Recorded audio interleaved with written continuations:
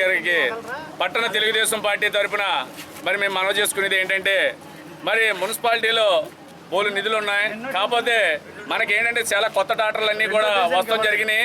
కాకపోతే ఇక్కడ మన నాలుగో వార్డుకి సంబంధించి 2వ డివిజన్కి మరి ఇటువంటి డాక్టర్ పంపుతూ వల్ల మళ్ళీ వాళ్ళ ఎత్తిన చెత్త అంతా కూడా వాళ్ళు బయట ఏసీ లోపు మొత్తం వార్డులోనే కారిపోతాం వల్ల ఎవరు గుమ్మాల కాడాలు పడుతున్నారని చెప్పి ప్రజలు ఇబ్బంది పడుతున్నారు.